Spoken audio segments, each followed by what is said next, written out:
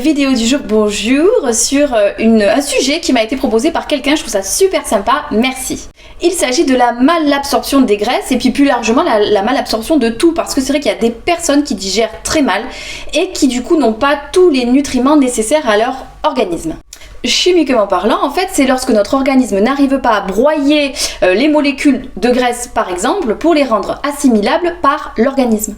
Alors pourquoi ? Parce que peut-être tu as une maladie héréditaire, peut-être que tu as la maladie cœliaque, peut-être que tu as la maladie de Crohn, peut-être que tu as des allergies, des intolérances, par exemple au lactose, peut-être que tu as une infection et peut-être tout simplement que tu as une défaillance au niveau structurel.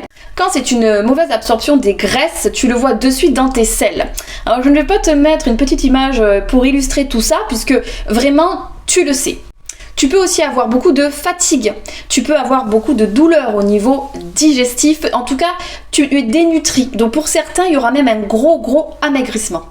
La difficulté, ça va être de bien cibler où se trouve le problème. Ça peut être au niveau de l'estomac, peut-être pas assez acide, trop. Ça peut être au niveau du foie, vésicule biliaire, peut-être pas de sécrétion suffisante de bile. Ça peut être au niveau de l'intestin grêle, gros intestin, peut-être que la paroi n'est pas bonne pour que les nutriments passent. Ça peut être un problème au niveau du pancréas qui a un rôle essentiel dans la production, notamment de l'amylase qui se retrouve dans la salive pour bien digérer. Du coup, qu'est-ce que tu fais ? D'abord, tu fais des trucs naturels faciles qui demandent aucun avis particulier. Tu mastiques bien, on en a déjà parlé dans une vidéo précédente. La mastication te fait déjà sécréter la salive hyper importante dans la digestion. Ensuite, tu t'hydrates correctement, on en a déjà parlé aussi. Pas de l'eau froide, de l'eau à température, pas pendant le repas pour ne pas éteindre ton fuego digestif. Tu peux te tenter le régime sans FODMAP, ce sont ces aliments qui sont certes sains mais qui malheureusement vont fermenter.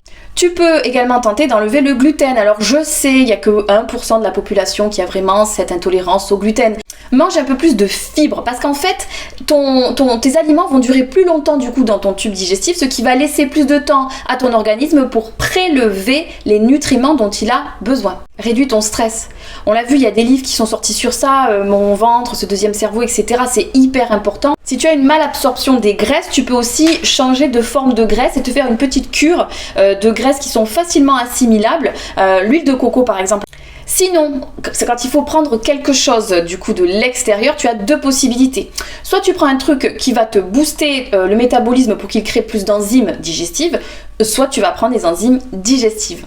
On commence par la première solution. Et pour ça, tu as le Régulate Pro. Franchement, c'est un truc hyper complet, très bien. Il y en a pour qui ça fonctionne très bien pour rebooster justement son organisme et être beaucoup plus en forme. Donc, Régulate Pro, tente-le, super sympa, mais un peu dégueu au goût. Sinon, et là tu vois avec ton pharmacien, ton médecin, ton nutritionniste, enzymes digestives. La difficulté pour toi, ça va être de savoir quelle enzyme digestive prendre. Alors, ils ont fait des packages en fait où tu as plusieurs enzymes digestives. Le problème encore, c'est qu'il faut le prendre avant de manger. Donc normalement, à chaque fois que tu manges un truc, il faut que tu prennes ça. Donc c'est un petit peu relou.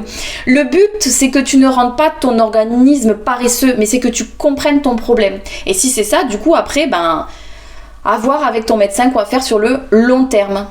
Et pour plus d'astuces bien-être, abonne-toi. Merci.